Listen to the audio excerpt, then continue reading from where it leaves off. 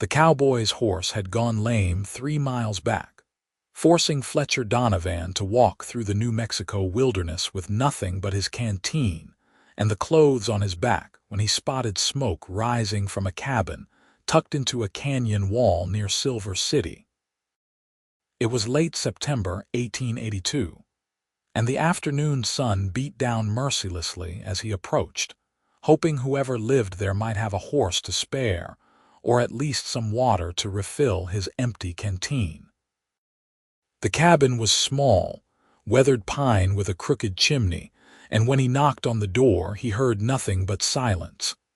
He knocked again, louder this time, and thought he detected a faint sound from inside, something like a moan or a whimper. Fletcher tried the handle and found it unlocked. The door swung open on rusty hinges, and the smell hit him immediately, the sour odor of sickness and unwashed bedding. His eyes adjusted to the dim interior, and he saw her lying on a narrow bed pushed against the far wall. She was young, maybe 23 or 24, with dark blonde hair matted against her pale face. Her eyes were closed, her breathing shallow and rapid. "Madam," Fletcher called out, stepping inside. "Madam, can you hear me?" Her eyelids fluttered but did not open. He crossed the small room in 3 strides and knelt beside the bed, pressing the back of his hand to her forehead. She was burning up with fever, her skin hot and dry to the touch. The cabin was a disaster. Dishes piled in the basin, clothes scattered across the floor, and the fire in the hearth had burned down to cold ashes. It looked like she had been sick for days, maybe longer.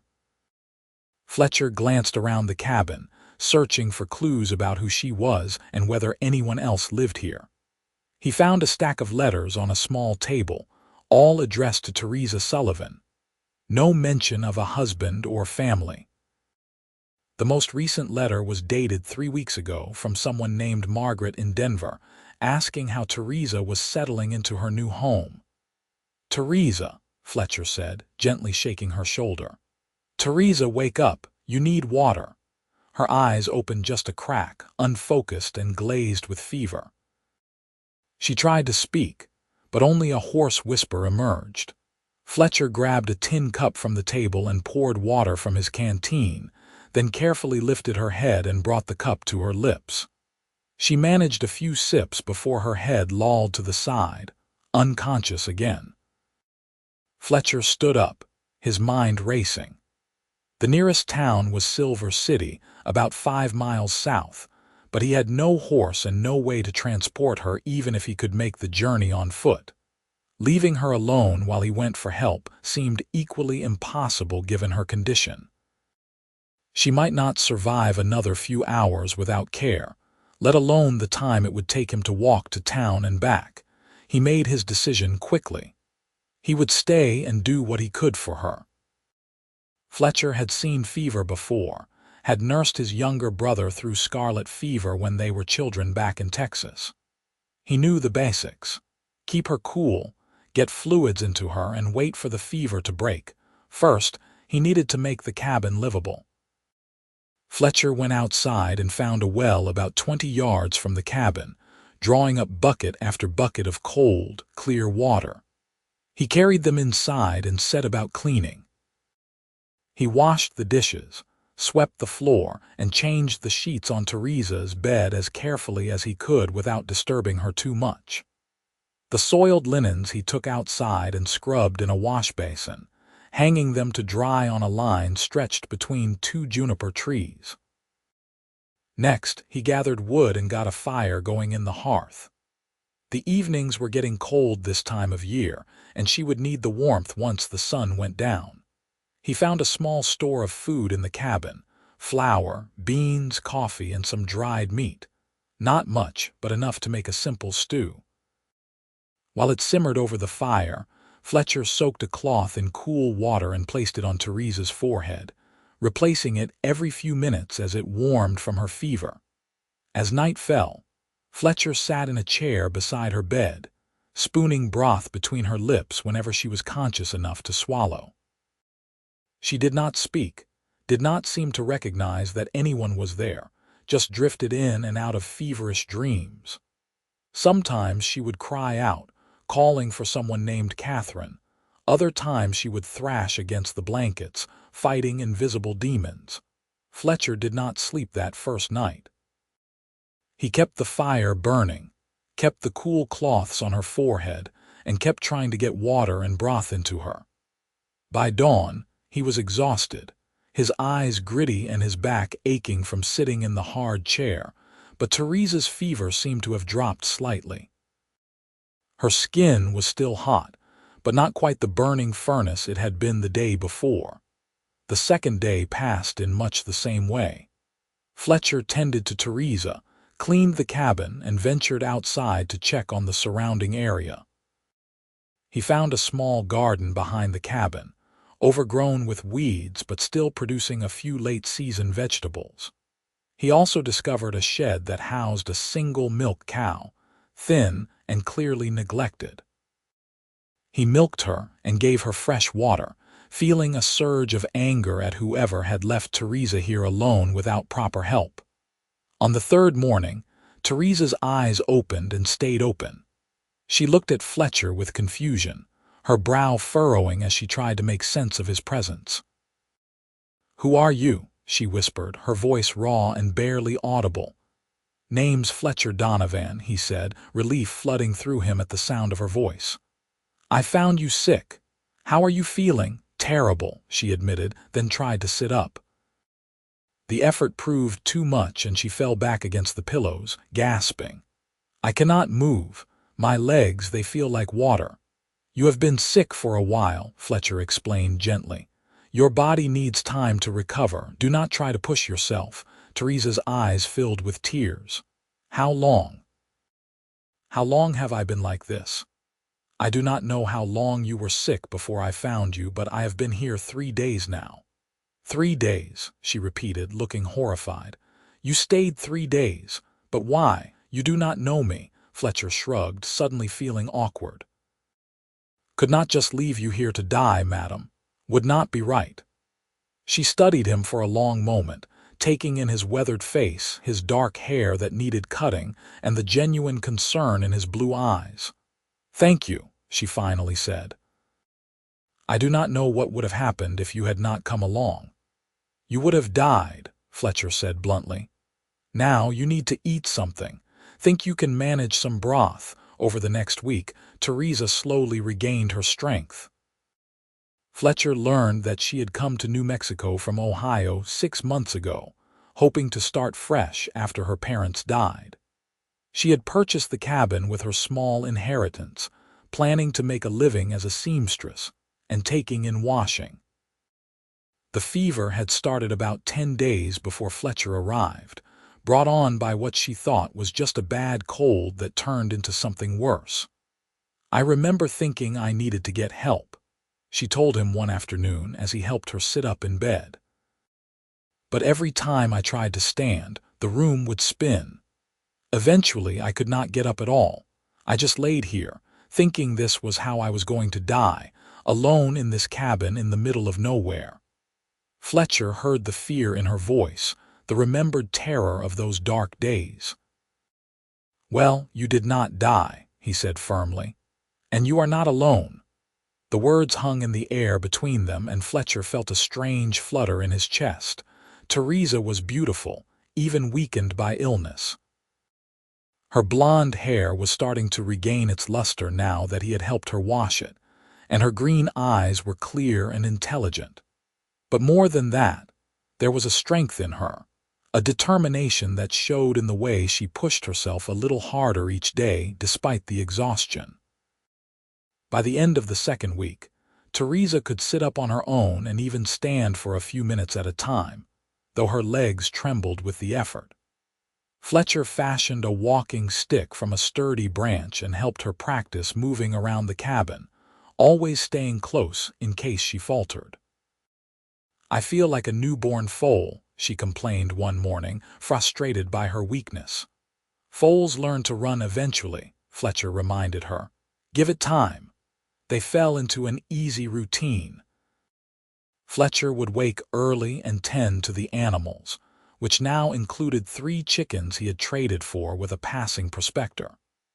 He would make breakfast, help Theresa with her walking exercises, then spend the afternoon doing repairs around the cabin or working in the garden. Evenings were spent by the fire, where they would talk about their lives. Fletcher told her about growing up in Texas, about his family's ranch, and how he had left home at 18 to see the world. He had worked as a cowhand, a deputy marshal, and even spent a year driving cattle up to Kansas. He did not mention that he was running from something, from the memory of a woman who had chosen another man, from the disappointment in his father's eyes when he announced he was leaving. Theresa told him about Ohio, about her mother's death from consumption, and her father's heart giving out just 6 months later. She spoke of her sister Catherine, who had married and moved to California, and the loneliness that had driven her west.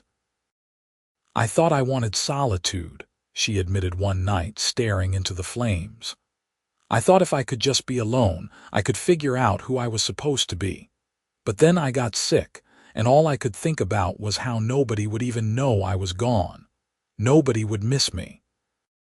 "I would miss you," Fletcher said quietly, the words escaping before he could stop them. Theresa turned to look at him, her eyes wide. "Fletcher, I know," he interrupted, suddenly nervous. "I know I have only known you a few weeks, but I feel like I have known you longer." "Does that make sense?" "Yes," she breathed. "It does. I feel it too." They did not speak of it again that night, but something had shifted between them. Fletcher found himself hyper-aware of her presence, the way she smiled when he brought her breakfast, the soft sound of her laughter when he told a funny story. He caught her watching him sometimes, her gaze lingering on his face or his hands as he worked on mending a fence post. 3 weeks into his stay, Theresa managed to walk from the bed to the table without assistance. She was breathing hard and her legs were shaking, but she had done it. Fletcher wanted to cheer, to pick her up and spin her around, but he settled for a wide grin instead.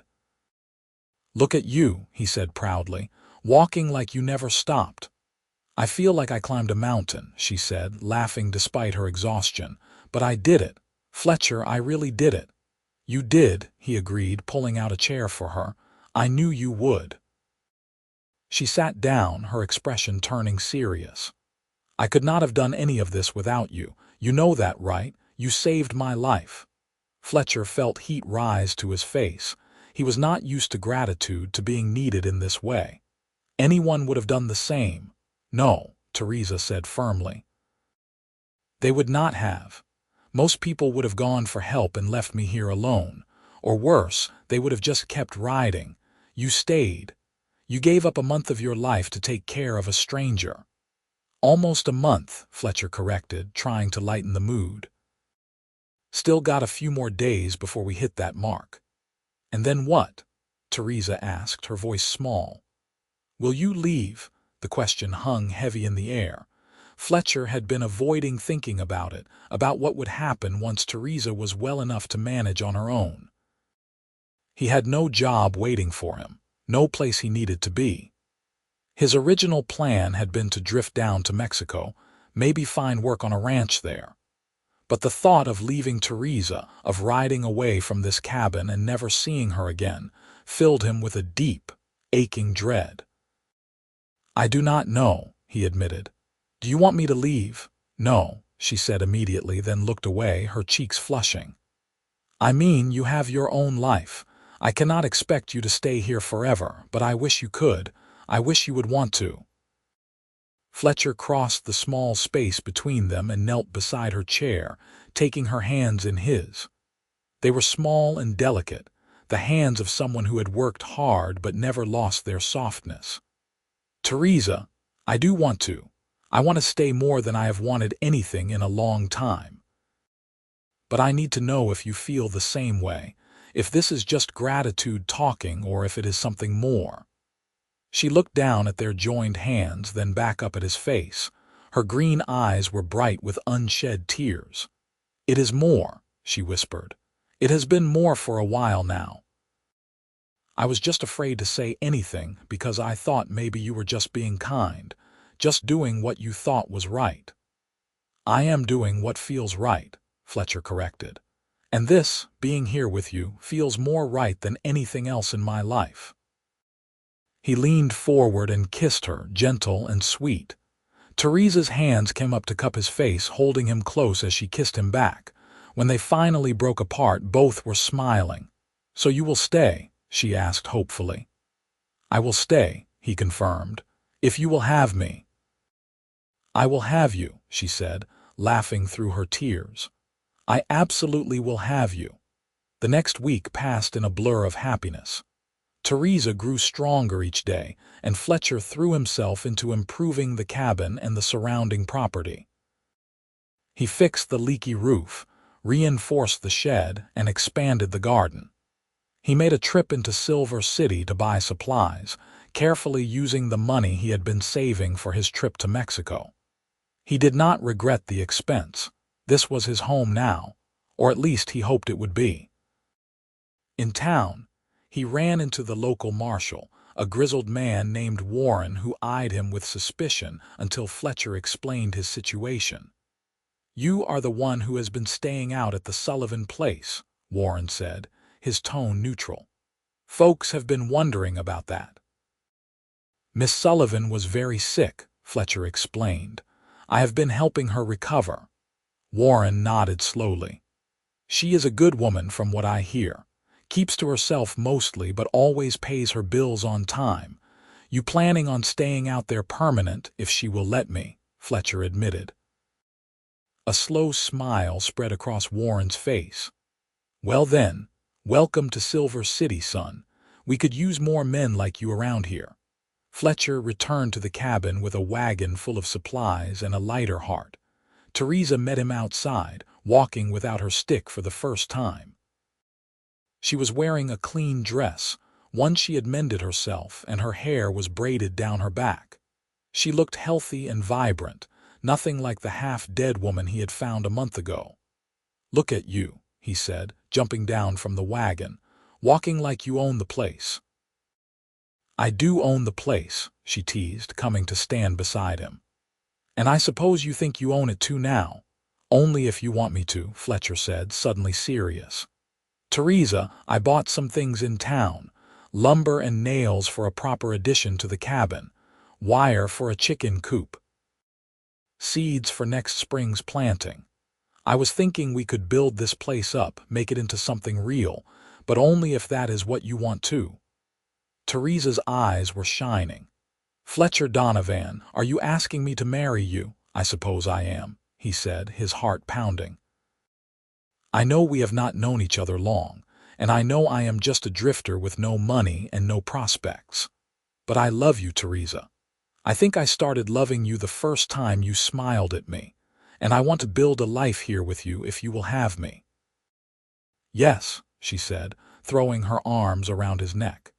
"Yes, yes, yes, I will marry you. I love you too."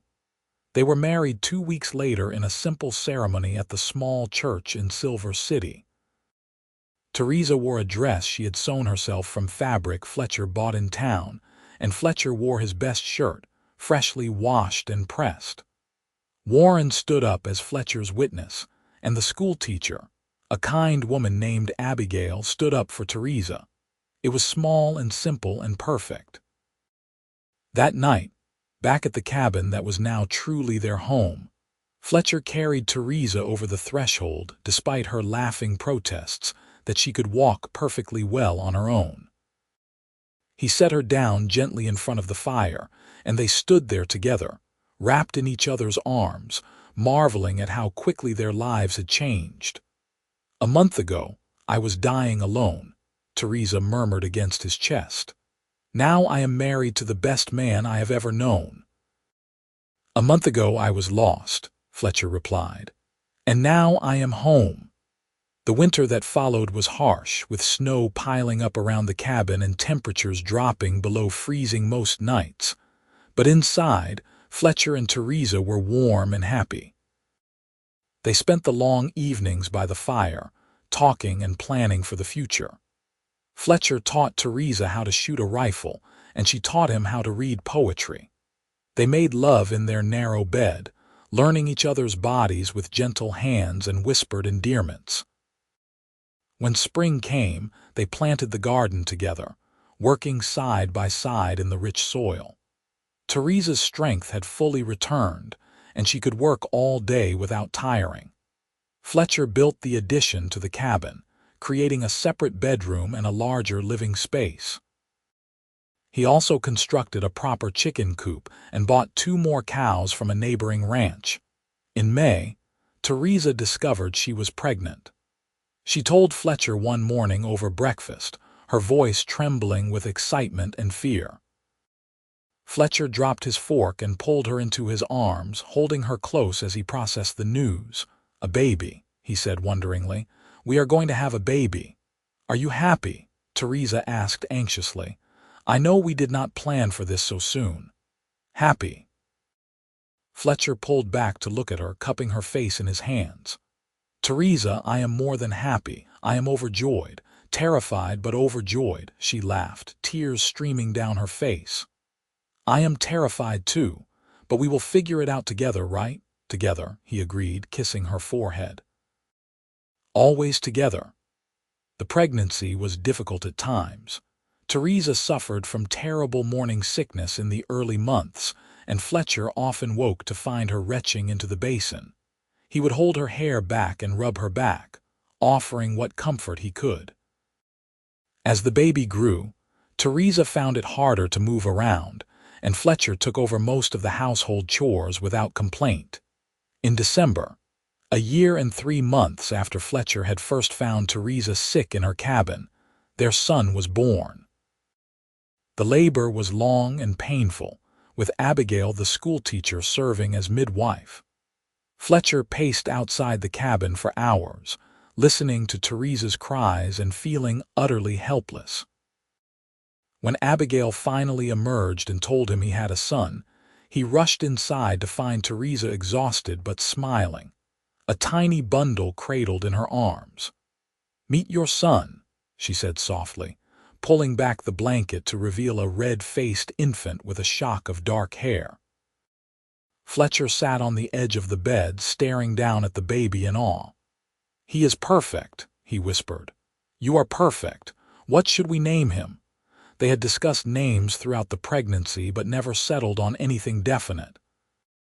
Now, looking at her son's face, Theresa knew exactly what to call him. "Thomas," she said. "After my father, Thomas Fletcher Donovan." "Thomas," Fletcher repeated, reaching out to touch his son's tiny hand. The baby's fingers wrapped around Fletcher's thumb, and he felt his heart expand with a love so fierce it almost hurt. "Welcome to the world, Tommy." The next few years passed in a blur of hard work and happiness. Tommy grew from an infant into a curious toddler, always getting into things and following his father around like a shadow. Fletcher proved to be a natural father, patient and loving, always willing to answer Tommy's endless questions or play one more game. Theresa thrived as well. She had started taking and sewing work again, making dresses and shirts for the women of Silver City. Her skill with a needle was renowned, and she often had more work than she could handle. Fletcher built her a small workshop attached to the cabin, with good light and plenty of space for her materials. They expanded their property, buying an adjacent plot of land and building a proper barn. Fletcher acquired more cattle and started running a small herd, selling beef to the butcher in town. It was not a fortune, but it was enough to live comfortably and save a little for the future. In the spring of 1886, Theresa became pregnant again. This time she was less frightened, more confident in her ability to handle what was coming. The pregnancy was easier than the first, with less sickness and more energy. In November, she gave birth to a daughter they named Eleanor after Fletcher's mother. Eleanor was different from Tommy in every way.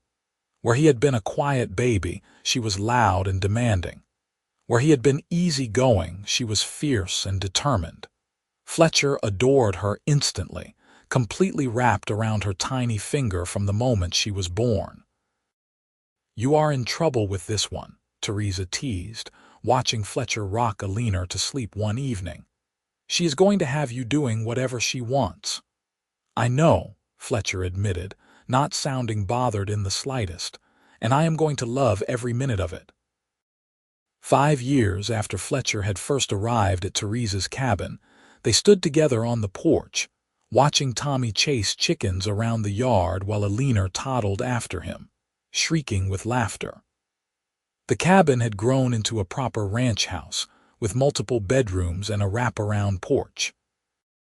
The property was thriving with healthy cattle, productive fields, and enough income to feel secure. "Do you ever think about that day?"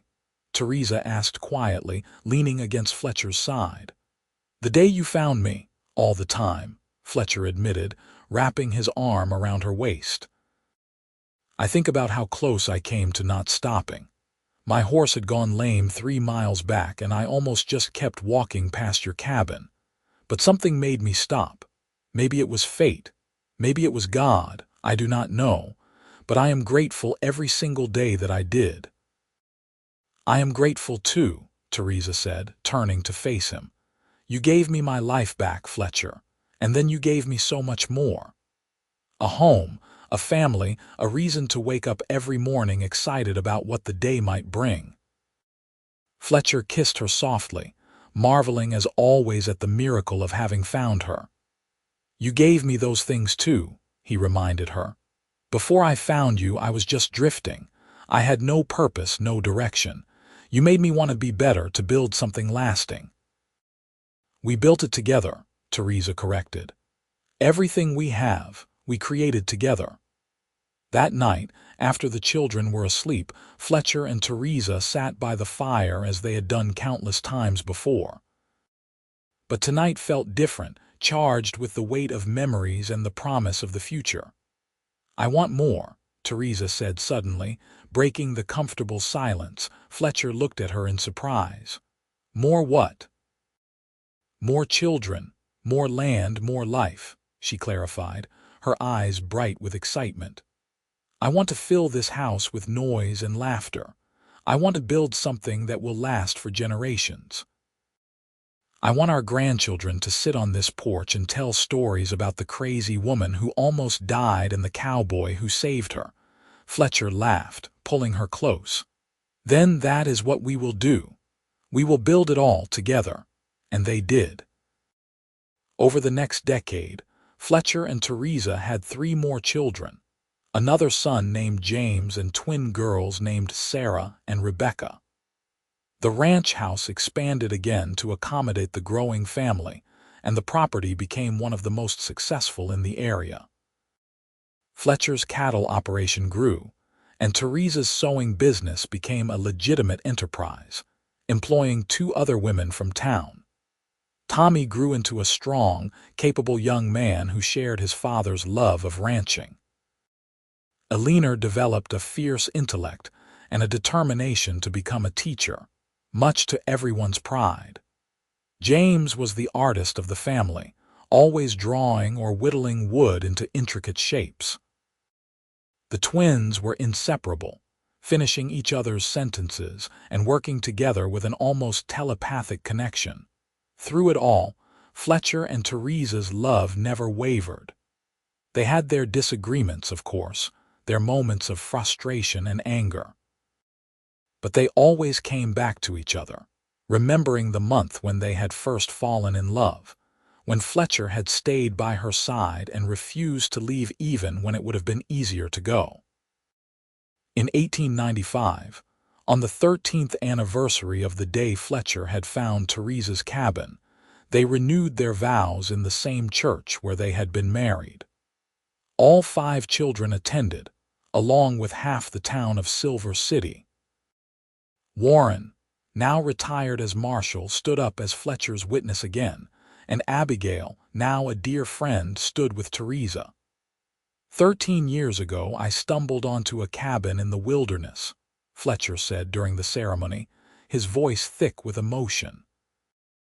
Inside, I found a woman too sick to stand, too weak to even speak. I decided to stay until she could walk again, thinking it would be a few weeks at most. What I did not know was that in staying, I would find everything I had been searching for my entire life. Theresa, you are my home, my heart, my reason for everything. Thank you for letting me stay, not just for a month, but for a lifetime. Theresa was crying openly now, not bothering to wipe away her tears. Fletcher, you saved my life in every way a person can be saved. You gave me strength when I had none, hope when I was drowning in despair, and love beyond anything I ever imagined possible. You did not just stay for a month until I could walk. You stayed forever, and you taught me how to fly. The church erupted in applause, and their children rushed forward to embrace them both. It was a perfect moment, crystallizing everything they had built together. As the years continued to pass, Fletcher and Theresa watched their children grow and start families of their own. Tommy married a rancher's daughter and took over the day-to-day operations of the cattle business. Alina became a teacher as she had dreamed, eventually running the school in Silver City. James moved to Santa Fe to pursue his art, finding success as a sculptor. The twins married brothers and bought a ranch together, working side by side just as they always had. Fletcher and Theresa became grandparents, then great-grandparents. The ranch house was always full of noise and laughter, with children running through the halls and babies crying in the nursery. They loved every chaotic minute of it. In their later years, Fletcher and Theresa would often sit on the porch together, holding hands and watching the sun set over the New Mexico landscape. They would talk about the old days, about that first month when everything had been uncertain and new. They would laugh about Fletcher's terrible cooking and Theresa's frustration at being too weak to walk. They would marvel at how much their lives had changed, how one chance encounter had led to such profound happiness.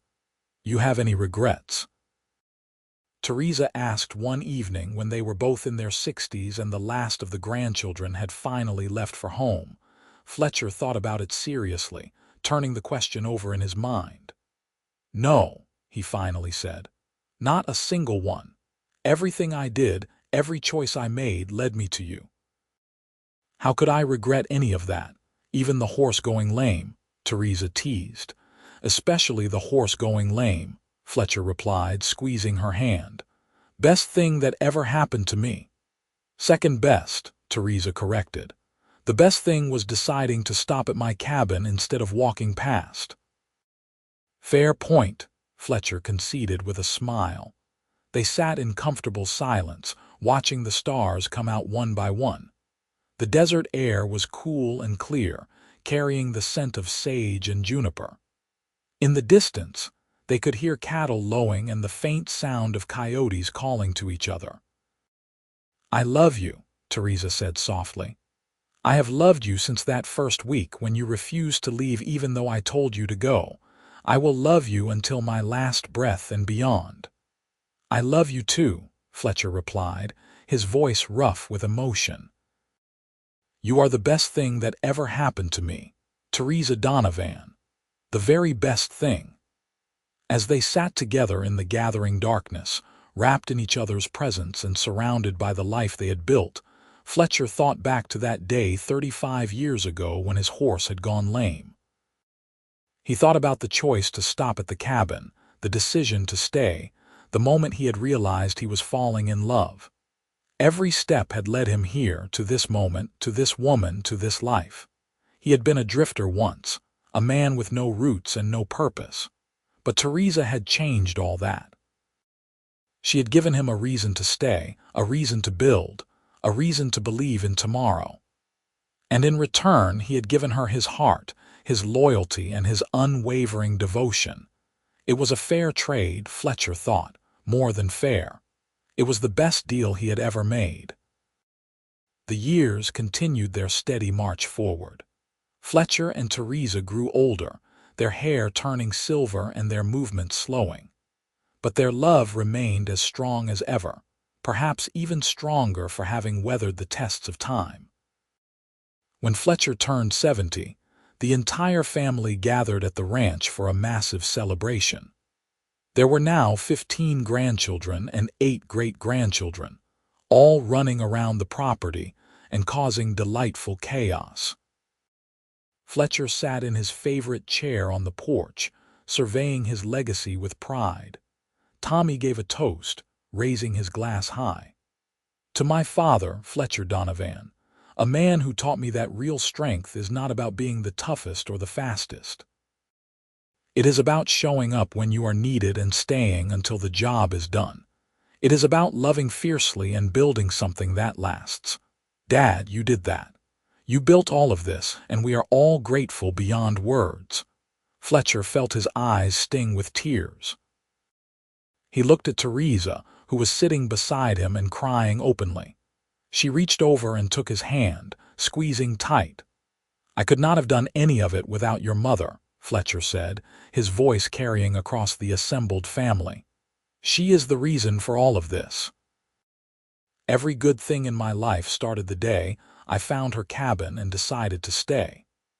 The party continued late into the night, with music and dancing and enough food to feed an army. Fletcher and Theresa stayed on the porch, content to watch their family celebrate around them. They held hands and swayed gently to the music, remembering other nights, other celebrations, other moments of joy. When everyone had finally left and the house was quiet again, Fletcher helped Theresa into bed, tucking the blankets around her carefully. Her arthritis had been bothering her lately, making it hard for her to get comfortable. He massaged her hands gently, working the stiff joints until she sighed with relief. "Thank you," she murmured, already half asleep, "for everything, for staying, for loving me, for building this beautiful life with me." "Thank you," Fletcher replied, lying down beside her, "for letting me stay, for loving me back, for being the best partner a man could ask for." They fell asleep holding hands as they had done every night for nearly 40 years. Fletcher Donovan died peacefully in his sleep at the age of 73, surrounded by his family. Theresa held his hand as he took his last breath, whispering that she loved him and would see him again soon. She did not cry at the funeral, though her children worried about her. She seemed serene, almost peaceful. "He stayed with me until I could walk again," she told Eleanor, who had come to stay with her after the funeral. "And I will stay until it is my time to join him. He is not really gone. He is just waiting for me like he waited all those years ago." Theresa lived for 3 more years, surrounded by her loving family.